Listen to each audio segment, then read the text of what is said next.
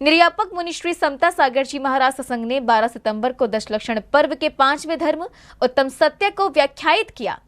मुनिवर ने सत्य को परिभाषित करते हुए उससे परमेश्वर की संज्ञा दी और कहा कि यही सृष्टि को चलाता है। सत्य को परमेश्वर कहा जाता है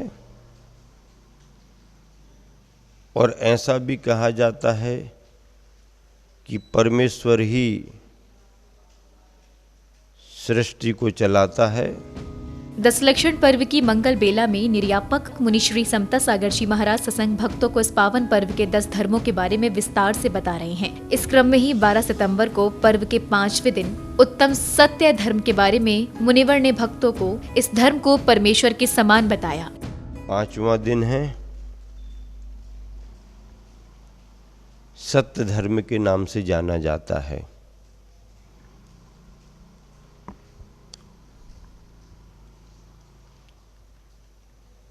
सत्य को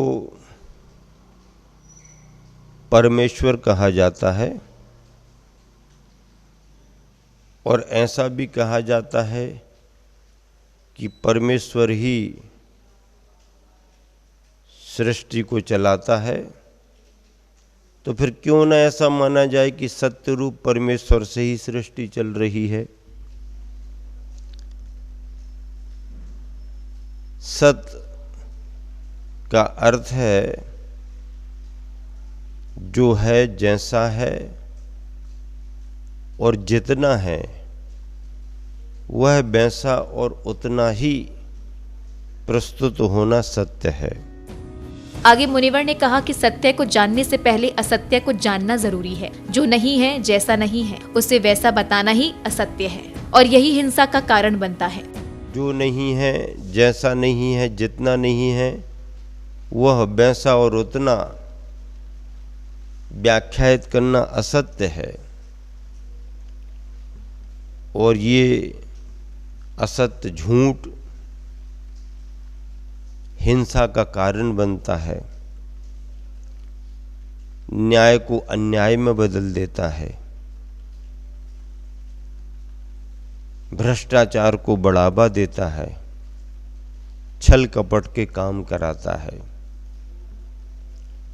इसीलिए सत्य धर्म को स्वीकार करो। आगे मुनिवर ने दशलक्षण पर्व के सभी धर्मों में सत्य और ब्रह्मचर्य धर्म की विशेषता को स्पष्ट किया और कहा कि इन धर्मों में सत्य और ब्रह्म ही सार है। 4 कसायों के अभाव में 4 धर्मों की प्राप्ति होती है। 4 के बाद सारभूत तत्व सत्य आता है। फिर अगले 4 धर्म आने के बाद अंतिम ब्रह्म आता है, ब्रह्मचर्य।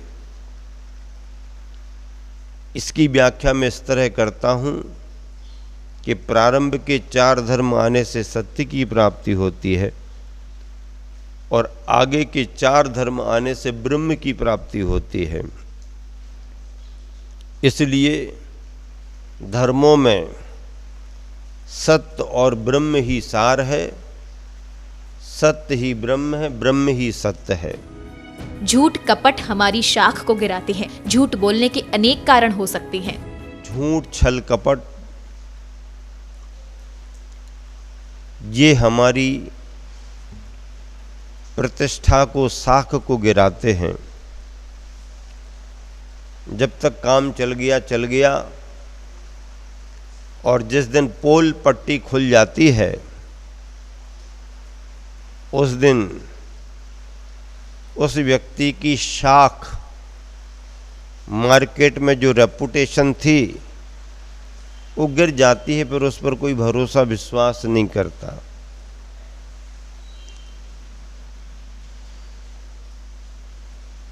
झूठ बोलने के भी अनेक कारण हैं। क्रोध, लोभ, भीरुत्व, हास्य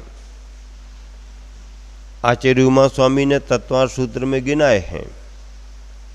क्रोध के आने पर सत्यासत्य का भेद समाप्त हो जाता है।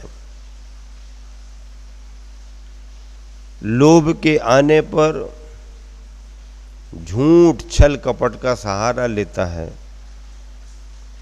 भयभीत होकर के भी अपने बचाव के लिए झूठ बोल देता है, और कभी कभी हंसी मजाक के वातावरण में दूसरों को खुश करने के लिए भी झूठ पर झूठ बोलता रहता है। इन भावों से जब आप बचोगे तब कहीं जाकर के सत्य का पालन कर पाओगे। मुनिश्री ने सत्यवादी के गुणों का परिचय देते हुए कहा कि सत्यवादी को लोभ, क्रोध, कपट पर नियंत्रण रखना पड़ता है। सत्यवादी को क्रोध पर नियंत्रण करना पड़ता है, लोभ पर नियंत्रण करना पड़ता है, भयभीत नहीं होना पड़ता है, और हंसी मजाक के वातावरण में अनर्गल प्रलाप भी नहीं करना पड़ता है। प्रशस्त हंसी मजाक अलग बात है, और आधारहीन, तथ्यहीन, केवल एक माहौल बनाए रखने के लिए वो हंसी मजाक झूठ के सिवाय टिकती नहीं है। इसीलिए सत्य व्रत का पालन करने वालों को इस तरह की बड़ी सावधानी रखना जरूरी है। आगे मुनिवर ने सत्य के साथ मृदु बोलने की प्रेरणा भी भक्तों को दी। सत्य बोलो, लेकिन सत्य बोलने के साथ साथ प्रिय भी बोलो। प्रिय बोलने का मतलब प्रिय तो बोलना, लेकिन झूठ नहीं बोलना। प्रिय झूठ नहीं बोलना, प्रिय झूठ भी नहीं बोलना, और कड़वा सत्य भी नहीं बोलना। सत्य बोलो तो उसमें प्रियपना भी हो। अब अगर मधुरता, प्रियपना ही जरूरी है तो झूठ लोगों को अच्छी लगती है तो झूठ बोलना शुरू कर दो, ऐसा नहीं।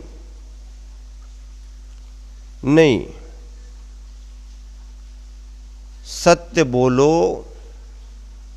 पर तुम्हारा सत्य कड़वा ना हो। अगर तुम्हें कोई कड़वी बात कहनी भी है तो कम से कम उसे शुगर कोटेड तो करो।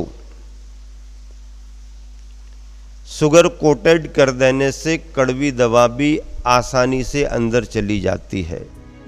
इस तरह से मुनिवर ने सत्य के गुणों से भक्तों को अवगत कराते हुए आवश्यक रूप से सत्य धर्म का पालन करने की प्रेरणा दी। जैन फोकस के लिए पिंडरई, मध्य प्रदेश से ब्यूरो रिपोर्ट।